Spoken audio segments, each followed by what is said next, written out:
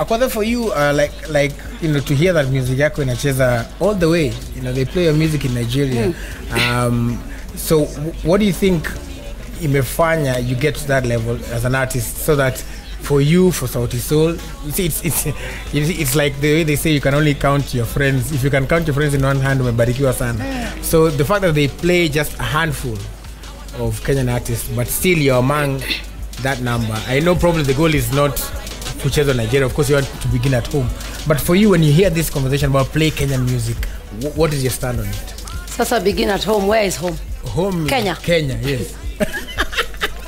The shit I saw in this industry is more than enough. I'll tell you, if you are not a strong personality, you cannot survive in music in Kenya. Mtu akikuomba urafiki ukatae, mziki yako haichezwi. Akikuomba pesa ukatae, mziki wako hauchezwi. Akikuomba gari yako ukatae, mziki wako hauchezwi. Yani you cannot say no in Kenya for anybody who is holding music something somewhere. I'll give an example. When I released my song Oyoyo, and then I asked one of my friends, hey, why is my song not playing on your station? Do you know what he told me? He said, oh, my boss got mad because we asked you to do a scandal in the studio and you refused. I said, listen, Akwadhe is a brand, okay? So if you want me to do a scandal in your studio for your studio to trend, it means I'm diminishing my brand. You understand? So I sat back and said, wow. So I was supposed to diminish my brand to raise your brand so that my music can be played. I mean, you can keep your studio. I have a few, not everybody plays me in Kenya. I have so many haters also in the music industry. Some didn't even believe that I would be here. I can remember there's a DJ who said that he can't play my music. When I first released my song, Shengerera Mama, I made a mistake. I didn't know. I was duped. I shot the video with 4 million Kenya shillings in South Africa. Yeah, I was duped. I didn't know. It was, I was introduced into music in a wrong way, that there's like a small girl with a lot of money. She don't know what she's doing with the money. Is wrong. It was not true. I'm a musician since I was born. I'm not an artist. I'm an entertainer. So the second song, so I learned as I go, as I move. So when I saw this thing on news that someone can't play my song because he feel like it's a waste of resources, kwani resources yake, So when I looked around and realized, so which means I don't have anybody, I had to book a border. All right, Kenyans only accepted me when they realized that I am insisting on this thing and I'm not letting it go. They only accepted me once they saw the song with Flavor and Diamond. Then they were like, all right, now. So Kenyans will only accept you when you come from out there. But I'll tell you for a fact that Kenyan artists are suffering. And I feel for them. For me, music is not my bread and butter. I have my other business going on. So music is third, right? So that's why I'm not really, I even make jokes about it, about play Kenyan music. But from the bottom of my heart, Kenyan artists need to be supported. And if I would talk to the president, at least Kenyan artists would be given a percentage. Kwani hawa watu wanaishi namna gani? Let me ask you a question. Right now, I just came from Rongo. I was smelling all kind of smoke and everything. I just dashed into a salon just to undo my hair I did in the village for 400 shillings. I already paid 4,000 for what? To come and look nice on TV. You see? So where are these artists getting the money from to even produce music? Well, right now all my production are coming from Nigeria. I pay for one audio $2,000, 200,000 shillings for an audio. I haven't talked about video. Then a presenter who is used to me will call me and tell me, Akwadhe, kuna kasho yangu fulani, utachukua 200. So I start calculating. Hii 200 sijalipa photographer, sijalipa bouncers, I have 20 bouncers. Sijatembea na, So when I say no, right? The moment I say no, it becomes a beef, right? So I go collecting enemies without liking, because I also would like to make money. Because business, in as much as music is my passion, but it is also part of business, because you have to pump in money. What hurts me most is when I don't call them international artists. I call them neighboring countries come into our. If you see how presenters and DJs lie down for these people, you would think that Prophet Owuor has just landed now and he's gonna save everyone. It annoys, the way they post photos all over. These people don't even know them. A song which is a flop in Nigeria is a hit in Kenya. This one is embarrassing. A song which is a flop in Tanzania is a hit in Kenya. I've been to Nigeria several times. No Kenyan music play in the club. Not even one. No. There's a taxi driver who dropped me to the airport, and I asked him, which artists do you know from Kenya? These are he mentioned. He said Sauti Sol, best female artist Sauti Sol. Yes, that was he say. Then he said, okay, I know Akoti. I know, Akoti. I know Harmonize. I said, Then I said, how do you know? Do you know these people? He said, oh, I follow Akoti on YouTube, on Facebook. She's crazy, and and I know Sauti Sol and Rayvanny from Coke Studio. So I'm like, so Coke Studio is also a platform. Coke Studio is actually based in Kenya, few meters away from here. I don't see Kenyan artists there. Which kind of art? Okay, leave my art alone. Where are the rest of the people who can sing? I know very good coast artists. There's Nyotandogo, there's CSP, very good. They have voices like, I don't know what. I don't see them anywhere. Why? We have shows down in Mombasa. I see Chris Cross, what is his name again? Come all the way with a chopper or wherever. And for paid I don't know how much money. And they still call Kenyan artists to come and curtain raise. Why are we curtain raising for these people? Why can't they come perform and go? Simply because they need our platform. Then someone calls you and tell you, I am giving you a platform. Which platform? Which platform are they giving Kenyan artists? And Kenyan artists also jumping from one show to the other. You are too available. That is why our value has gone down.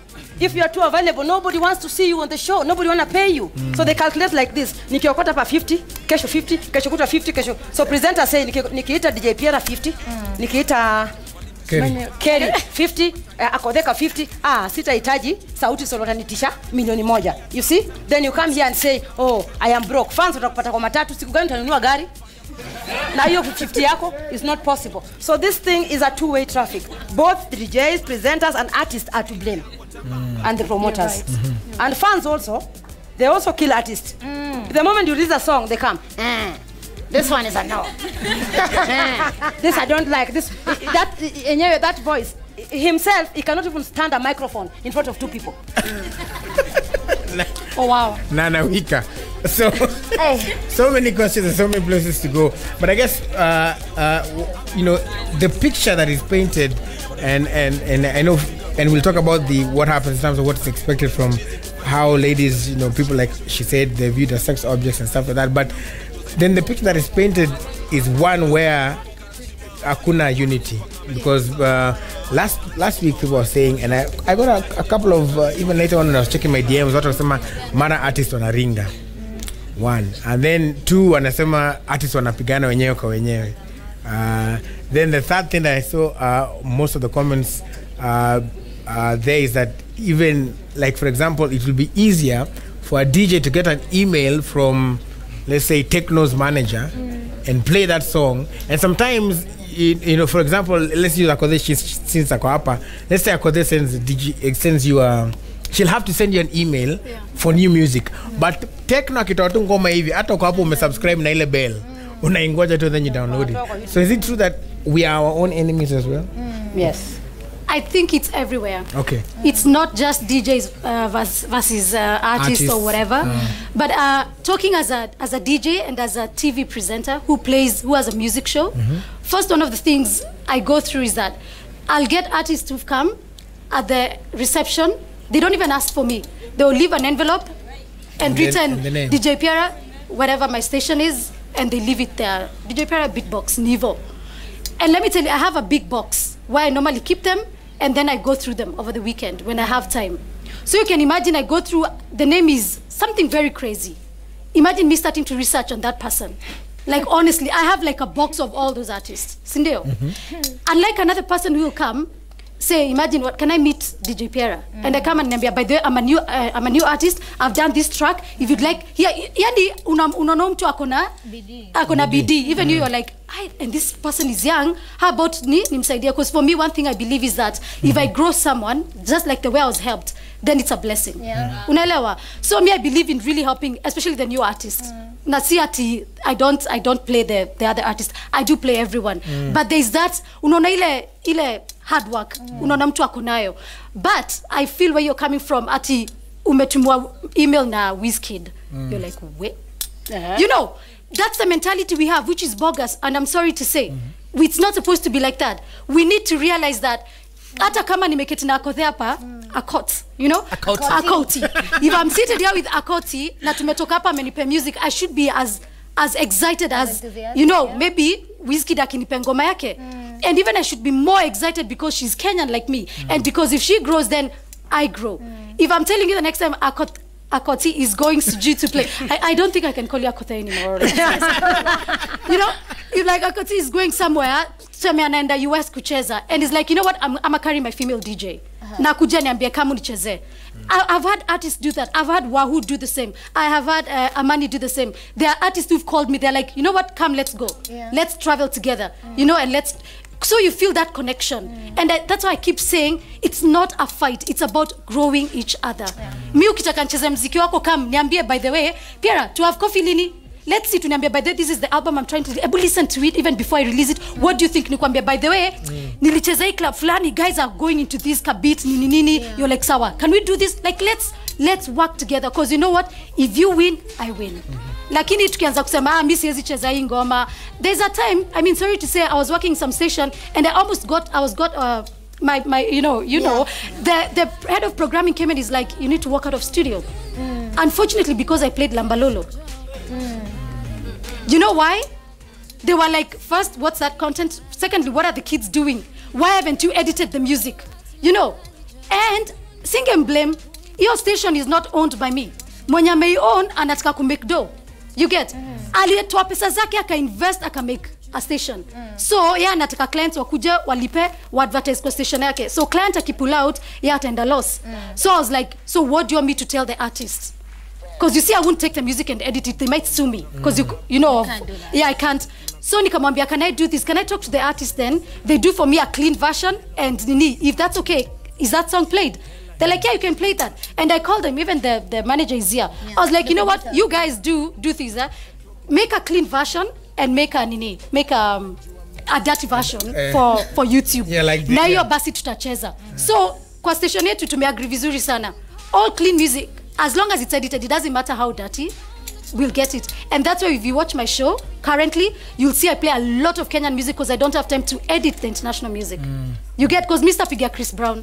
Hata landapa na chopa niambia shika muziki kwa edited, you know? So, I feel like I'm working very closer with the artists I have. Yeah. And then ndacheza wimbo sema ya Naiboy. Yani Naiboy ananipigia niambia, by the way, thank you so much. You're doing great. I'm like, what? Really? Next time ngoma yake ingine ngoma yake, you know, like even you unasikia hiyo, even you feel encouraged, you know. Yeah. Then every time you're getting the bash, namba u DJ ni achezangi hizi ngoma zetu, u DJ sim noma, u DJ achezi na cables. Anyway, you know, like unaingililwa all the time, so you're just like, what the? But anytime you get that encouragement and people are like, you know what, let's do it, let's work together, even you get unapatiwa motisha ya kuendelea kwa push. So that's why I keep insisting, let's work together. It's not about the fight, it's not about where and make it here, nini. And you know what, I like what Akoti has said. And a lot of artists need to learn that. Kenyan artists, we need, me as an artist as well, we need to learn that. No one is gonna make you. DJ Pierre hata kumake. There is no DJ who's gonna make you. There is no media station that's gonna make you. You will make it yourself. See it, have a strategy, make your brand, know this is the direction I want to go. Try invest in it. Go anza biashara ingine kama unataka kupush muziki yako. Enda Tanzania. Go to Clouds. Tell them, can you play my music? Try, push yourself. Don't sit there and wait for Clouds to come and look for you. I'm a Nigerian station to come and look for you. They're not going to do that. You have to go and look for them. Work a little bit harder. And that's the same thing I've done as a DJ. Nimejiskuma maze. You should see me. Nilitoa gig moja Dubai. I played one day, the next day nilikuwa huko tu na manga. Ungefikiria mimi I'm a backpacker. But I was meeting promoters, I was meeting club owners, and the next time I was called for gigs. Now I'm playing in Doha in end of the month. I looked for it. It's not about them looking for me. I have to work hard, and I believe everybody should work hard like that. True. Don't wait for, you know, miracles to happen. Yeah. Work hard, and then hiyo ingine Mungu atafanya. Amen. Amen. Most of the time. Amen. Yes. Yeah, I think this one artists should know. You can ask William Tuva, you can ask Willis, you can ask Jalango. I have a personal touch with the presenter, the DJs. I have a manager. But when he organizes the media tour, before I release a song, I call them personally. Even if the DJ, even if the producer would call me for Citizen, we would chat with Willis. He would ask me, where are you? I'm like, hey, but I'm still in Europe. When you're not following me on Instagram, like I have, when I release a song, I go mad. I actually get a burnout by jumping from one station to the other. That's exactly what Pierre said. You can't send an email and imagine that somebody will download. Who are you? That's true. You know, you have to follow and chase and even call and even tune in on radio while you're driving in your car. Normally, when I listen to Mwende, also when they play my song and they talk about me, I film and tag and say, hey, by the way, I'm on. You know, so they also feel appreciated. But then, as artists, sometimes, wacha niwaingilie kidogo. Hamwezi nipiga. You know, there's that fame. The fame gets into our heads whereby I know some of the artists that have sent them my people are asking me why I haven't done a collab with Kenyan artists. Me now go for scandal because I'm already a moving scandal. I have enough scandal in my life. My life alone is scandals. So if someone wants to page their gorilla on top of my monkey, I feel so embarrassed. Right? So you want to do a song with someone, you call them on a good ground. Then they don't pick. They see it's Akode. Then they wait until when they're with their friends. You understand? Maybe you just felt a song that if someone jam on it, it can be, you know, it can be something good. So it's about, there is, inaitwa ubinafsi. All of us wants to be superior. I mean, I can't be Sauti Sol today. No. If I be Sauti Sol, then we wouldn't be having Akode, right? I can't be Yemi Alade. I'm in my own zone. I can't be Victoria Kidmani. I'm Madam Boss, you know. So Kenyan artists should understand that if you want to go far, you have to move with people. Yes. But if you want to go fast, you go alone and you're gonna get tired. When you look at how Diamond packaged Rayvanny, I call him my son. He is the guy who was there when you were writing Sweet Love. I wouldn't know it would be the Rayvanny I see today. I see him and I get goose pimples. He was so humbled. He was so humbled next to Diamond, including Harmonize. I met them in South Africa when I was shooting Sweet Love. They were there supporting Diamond, you know. They are, as you look at the Wasafi family, they are loyal to that guy, you know. But Kenya, we lack loyalty. Utashika mtu mkono hivi, kesho yeye amekufungia. You understand? You are like, oh my God. You just take a picture. And being a woman, I really hate. By the way, Kenyan artist, don't try pull anything called scandal of dating. I'm not dating at all. Nobody. Forget it. I'm an old woman. I have many children. Start dating my daughters. All of you in the industry are children. So, you know, before you take a photo, when you take a photo with somebody, then they see that your brand is bigger than theirs. Then they send it to the blogs, say, me and Akode are dating. You understand? So they think that this kind of scandals can build their brands. But there are some scandals which can definitely kill your brand because when people will follow you, yes, you'll get followers, but which impact are you giving to the community as an artist? Right? Yeah. Which status are you standing for? Are you a scandalous artist? Fans also don't want an artist who is jumping from one bed to the other. They want to associate with a brand which is motivating them, inspiring them, and letting them know that actually it can be done. That's true. Right? So Kenyan artists should understand that you have to be personalized with your music. Like the way you stay in studio. I want to chase JPR and Paka Ingiliane. There are some presenters and DJs who did hate me before, but now they had to love me by force. Right? I have like 5 people who really support me, and I don't stop mentioning them. We also have our own fights once in a while. You know, I have William Tuva. We went with him to Tanzania. I told him I want to go to Tanzania. I went to Tanzania with one song. For media tour, I think I was crazy. I went for media tour in Tanzania. One song. He took me to all the radio stations, and I think I did one TV. And that one interview I did with Miladayo, I did Sky Tanzania. People are still watching it until today. They didn't even associate me with the music because there was no music, it was only one song. But my story inspired them a lot. So I gathered my fan base from there. So as an artist, it doesn't matter even if you have 1 song, 2 songs or whatever. However big you are, music, talent is only 10%, my friend.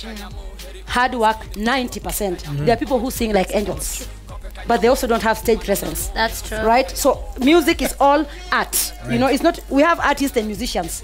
So just be an all-rounder and be, you know, make contact with your music the same way you stay with your producer, the same way you chase the presenters. Have all the DJ numbers on your phone. For me, I have all the numbers, and they don't bother me. We just know, oh, I've dropped something, please. And I keep on chasing. Nani, you're not playing my song. Why?